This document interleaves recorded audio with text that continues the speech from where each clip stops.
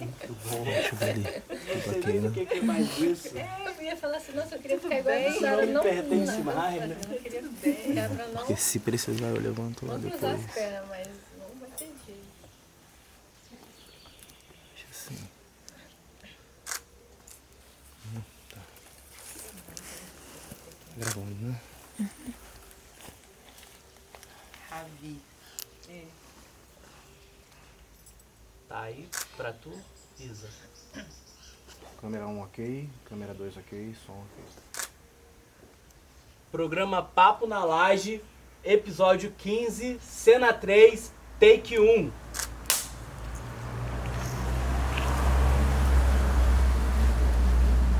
Ação. Esse é mais um programa Papo na Laje. Eu sou Dani Câmara e hoje nós estamos aqui em Maricá para tocar um tema sobre horta em casa. E eu tô com a Milane e com a Dandara. Eu queria que vocês falassem um pouco sobre esse projeto Horta em Casa aqui de Maricá. Certo. O projeto Horta em Casa ele surge em maio de 2022, né, com a proposta de prestação de assistência técnica para o município, para todos aqueles interessados que desejavam ter sua horta em casa. Né? Hoje a gente já bateu aí agora em maio 3 anos de projeto e com 3 eixos principais, assim, né, que primeiro foi o diagnóstico dessa região, porque praticar agricultura urbana é um desafio muito grande, né? Então a gente teve que ter esse diagnóstico inicial, depois a parte da assistência técnica e também a parte da formação, né? Então hoje a gente já está batendo aí 3 anos de projeto, né, vários resultados significativos aí para o município. E para nós também é um prazer muito grande estar compartilhando todos esses resultados aqui com vocês. É isso, assim, o projeto Horta em Casa ele foi construído numa proposta de algumas atividades de agricultura urbana, né, que já vinha se desenvolvendo em Maricá desde 2016. E aí surgiu, né, essa necessidade de também estar podendo dialogar com as famílias nas casas, né? Antes esse trabalho era mais coletivo, em ambientes mais coletivos, mas aí também a gente viu essa importância e necessidade também conseguir fazer isso na casa a partir da vontade também dos próprios maricaenses, né? Aqui em Maricá, todos os espaços que a gente vai, todas as casas que a gente vai, já tem algum cultivo de alguma folha frutíferas, ornamentais, né? E aí a assistência técnica do projeto Horta em Casa veio para contribuir e aumentar a diversidade de atividades com a produção de alimentos aqui. E é um projeto gratuito, né, para pessoas se inscreverem. E essa inscrição acontece de quanto em quanto tempo? Então, conforme a gente vai avançando na lista de espera que a gente tem, a gente vai abrindo novamente, né? Então, a gente ficou com as inscrições abertas até maio de 2024. Aí a gente deu uma parada, né? E aí voltamos a receber inscrições em novembro de 2024. E fechamos as inscrições de novo agora em janeiro de 2025 devido ao tamanho da lista de espera, né? E nesse processo a gente foi também melhorando a forma vamos dizer, atender os cidadãos, né? No primeiro momento, como era uma iniciativa pioneira, vamos dizer assim, em Maricá, então a gente teve todo o trabalho de fazer atividades mais coletivas, né, com grupos, com associações, em atividades de outros setores, né? E aí depois disso depois que o projeto se tornou mais conhecido, aí isso passou a ser feito pelo WhatsApp, né? Ah, entendi. E tem uma lista de espera enorme, né? São 400 pessoas esperando. Então eu entendo que isso já é um sucesso do projeto, de recepção das pessoas, né? Você falou que, em sua maioria, as pessoas já têm aqui em Maricá um hábito, um costume de lidar com a terra. E aí como é que se dá essa formação que vocês prestam, né, com o projeto, que é um dos pilares que vocês falaram, com esses saberes tradicionais, né? Porque com certeza essas pessoas também têm seus conhecimentos e como é que se dá esse casamento entre essa formação de vocês e também o acesso que as pessoas já têm. Então, como a nossa atividade ela começa com uma horta, né? Então a gente visita essa família, vê o espaço que tem ali para que é possível produzir hortaliças, né? Porque hortaliças ela tem uma necessidade do solar que a maioria das outras plantas não tem, né? Como ela tem um ciclo curto, então ela precisa de uma fotoperiodicidade muito exata para conseguir produzir. Porque ela tem, vamos dizer assim, um alface, ele leva do dia que põe a semente na terra até o dia que colhe, 45 dias. E se nesse período não tiver o sol suficiente para ele se desenvolver, ele vai se desenvolver de maneira não importante do jeito que a gente gostaria, né? E aí a gente não vai ter o resultado de ter um pé de alface com a qualidade que a gente gostaria. E aí por isso que a gente faz essa primeira visita para ver as condições que tem no local e principalmente dessa questão da luminosidade. E aí a partir disso, a gente orienta a pessoa, a partir das condições, do conhecimento que ela já tem, o que ela poderia produzir naquele lugar e a forma como ela poderia fazer isso, né? Para além dessa orientação técnica, a gente também tem esse processo de formação, né? É o que a gente deixa para os nossos beneficiários, para além do projeto, ter essa autonomia, né? De plantio, ter essa autonomia de conhecimento.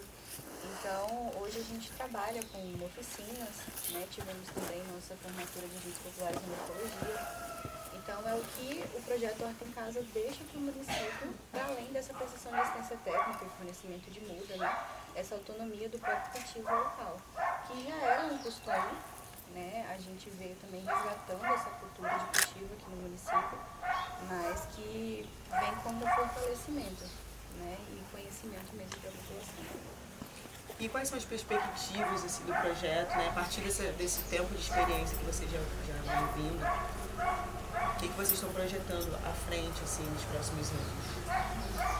Então, o projeto Horta em Casa, acho que eu não falei no início aqui, mas ele é um projeto da Cooperar, né, com a cooperativa do MST, juntamente com o ICETIM, que é o Instituto de Ciência e Tecnologia de Maricá. E o Horta em Casa é uma encomenda tecnológica. Então, a gente está fazendo um estudo na região, né? Graças a Deus, esse estudo deu super certo, mas a nossa intenção é mostrar que dá certo, né? A produção urbana, ela é viável, ela dá certo, para além, né, de todos os seus benefícios, a questão da segurança alimentar, né, da soberania alimentar. Então, é inspirar mesmo outros estados, outras pessoas, os governantes, né, e que a gente consiga também implementar, que os governantes consigam ver a importância da agricultura familiar e até a agricultura urbana e até uma política pública mesmo aqui para o município, né, que é o que a gente quer.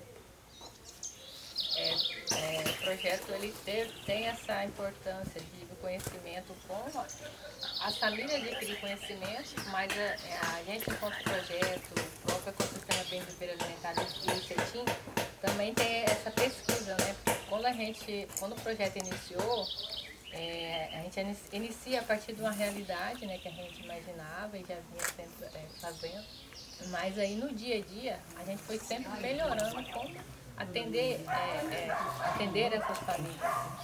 E aí a gente viu que, além do projeto Horta em Casa, é necessário outros projetos que também contribuem com o incentivo à agricultura urbana, né? Então hoje, por isso que a gente almeja que seja uma política pública municipal, né? E que a partir disso tenha investimentos para, vamos dizer assim, uma irrigação melhorada, criar um espaço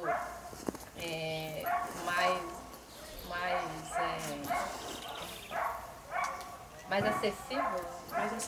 Mais acessível, porque a gente tem pessoas de idade, né, que não conseguem abaixar, tem crianças, né? E então, e aí com uma política pública a gente vê, vamos dizer assim, cria projetos e programas que vai agir diretamente com a especificidade dos públicos, né? Porque a gente viu que quando a gente trabalha com a agricultura urbana, aparecem diversos atores, diversas situações. E aí assim o projeto Horta em Casa, ele acaba não conseguindo abarcar todas essas necessidades da população.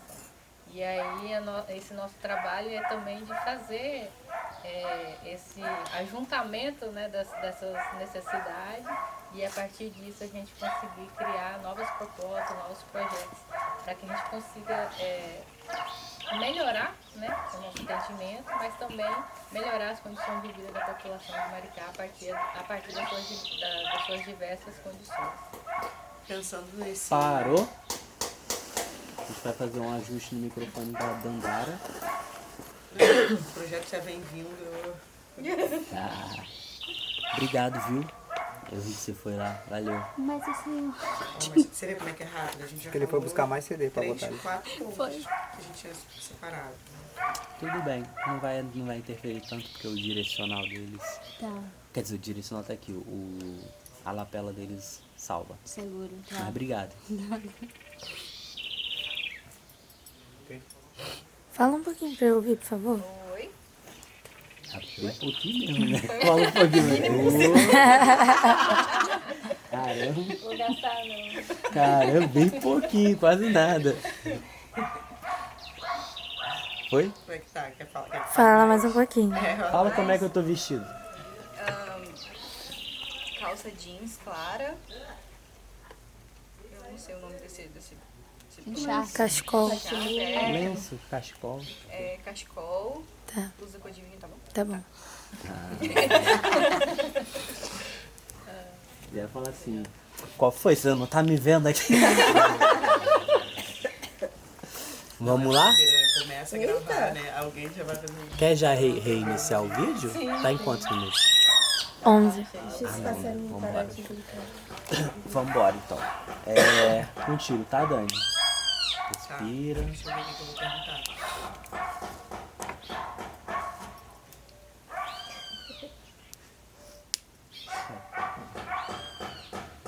Bom, então eu vou compreendendo que tudo isso parte principalmente desse primeiro diagnóstico que vocês fazem e desse acompanhamento que vai acontecendo durante o processo, né?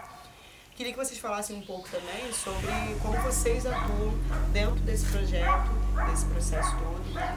E falassem um pouco dessa trajetória de vocês de construção do projeto até aqui.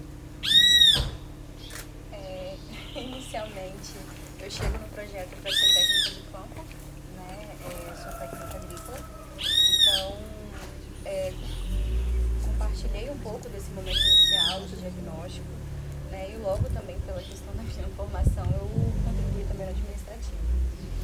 Então, ao longo dessa caminhada, acabei parando nessa coordenação, né? Então, compreendendo também a parte administrativa, mas também essa parte mais de campo e desse diagnóstico inicial que foi feito, né? Então, atualmente é isso, minha tarefa está na coordenação administrativa do projeto, mas também nesse acompanhamento mais político, né? E em todas as demandas que o projeto vai necessitando. Vamos aí. Eu também iniciei como técnica de campo no projeto, né, atendendo as famílias. E aí, para mim, foi um período muito importante, né, para conhecer a realidade mesmo do dia a dia. E aí, depois, conforme foi caminhando no projeto, né, eu passei a coordenar a equipe de campo, né. E aí, atualmente, eu venho fazendo esse trabalho de acompanhar todos os distritos, né? Porque antes, assim, a minha tarefa era mais específica, né? Eu acompanhava um território, um distrito, acompanhava um número de famílias, né? E aí, depois, eu faço mais ou menos esse trabalho de acompanhamento, mas aí é um acompanhamento mais geral, um olhar geral, né? Para como os técnicos estão acompanhando as famílias, como está surgindo a necessidade dessas famílias, né? Para atender da melhor forma possível e também sempre tentando trabalhar também essa questão da formação da equipe técnica, né, para que também a gente vai fazendo esse ajuste, né, dos conhecimentos dos técnicos e com a realidade que Maricá nos coloca juntamente com as necessidades que as famílias têm para seguir produzindo de forma agroecológica. Ao todo no projeto hoje, trabalhando, são quantas pessoas? Ao todo hoje nós estamos com 27 pessoas. uma demanda grande, né? Atendendo 400 pessoas e ainda com 400 27 pessoas pessoas de forma geral, né? de forma A geral. equipe técnica hoje está reduzida, né? Mas estamos comportando, Sim, tá dando sim. certo. É, porque tem também mais de 400 pessoas esperando, então é um sucesso do projeto, né? Que vocês vêm aplicando na cidade e vem funcionando, né? Fico pensando também sobre os desafios no meio disso, né? Que com certeza devem existir. E quais são os principais, assim, para que haja essa articulação que vocês já vêm realizando na cidade?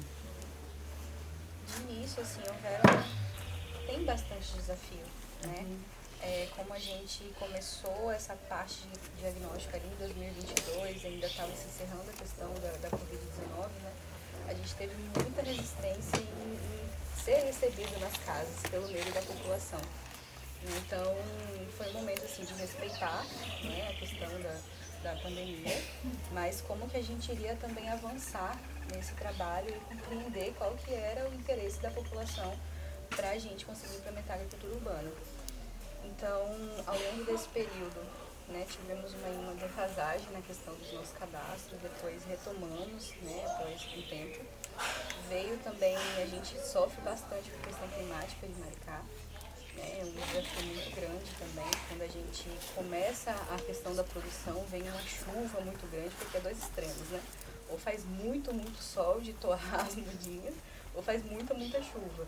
Então, como que a gente também orienta a população e encara esses desafios climáticos também para conseguir avançar na produção? Né? Milane pode falar um pouco com mais propriedade sobre isso, do campo, né? Mas esse é um dos nossos maiores desafios também, a questão climática aqui do município. E aí, assim, Maricá, ela tem um histórico de produção agrícola bem anterior a essa época, né? Essa época, ela, no processo aí de urbanização, ela foi perdendo isso, né? Essa característica de produção agrícola. E nos últimos anos, vem retornando, né? Então, está fazendo um resgate. E aí, quando a gente não tem uma cadeia de produção para a produção de alimentos, a gente precisa contribuir na reestruturação disso, né? E aí está o nosso desafio, né, na questão de produzir mudas, na questão de ter acesso aos insumos, né? Que como a gente trabalha de forma agroecológica, então a nossa ideia é sempre priorizar os insumos que já tem na região para a gente estar evitando trazer as coisas de fora. E aí, como não tem uma cadeia de produção estruturada aqui no município, a gente precisa, muitas vezes, trazer esses produtos de fora, né, para incentivar e fazer esse resgate para que as pessoas vejam que é possível, né, produzir a partir do momento que tem as condições necessárias. Então, a gente traz de fora para que gere esse incentivo, as pessoas verem, começam a praticar. E aí fala, não é possível, vou fazer aqui na minha casa, vou produzir minha mudinha, vou conseguir um adubo, vou fazer uma compostagem, né, para melhorar o solo aqui. E nessa questão, o desafio é esse, né, de conseguir, com o que tem aqui, a gente fazer pelo menos algumas coisas para a gente ir transformando, né? A gente vai caminhando, conforme o projeto caminha, as famílias também vai caminhando nessa questão de melhorar as condições para produzir. Sim. Fico pensando em relação a soberania alimentar, né, que é algo que já foi falado aqui, como esse projeto é necessário, né, pensando até a própria pandemia em si, né, onde a gente teve esse momento de privação, de sair nas ruas, de poder ir no mercado, de, né, circular pela cidade, como é importante ter a sua própria horta em casa. Queria que vocês falassem um pouco em defesa desse lugar, né, do alimento saudável, da produção do alimento saudável, e porque é tão necessário que a gente amplie realmente esse projeto de horta em casa para mais famílias, dentro dessa necessidade e perspectiva mesmo do projeto para cada família mesmo. A segurança alimentar, né, a soberania alimentar, ela é um resultado quando a gente fala de agroecologia. Né? Quando a gente trabalha a agroecologia, a gente já espera que a gente obtenha esses resultados. Então, desde a parte ali do diagnóstico até a assistência técnica de como que a gente instrui a pessoa, né, a colocar a mudinha, a cuidar dela e até o excedente ali. A gente hoje tem beneficiários que, né, já tem relatos que doa para a vizinhança.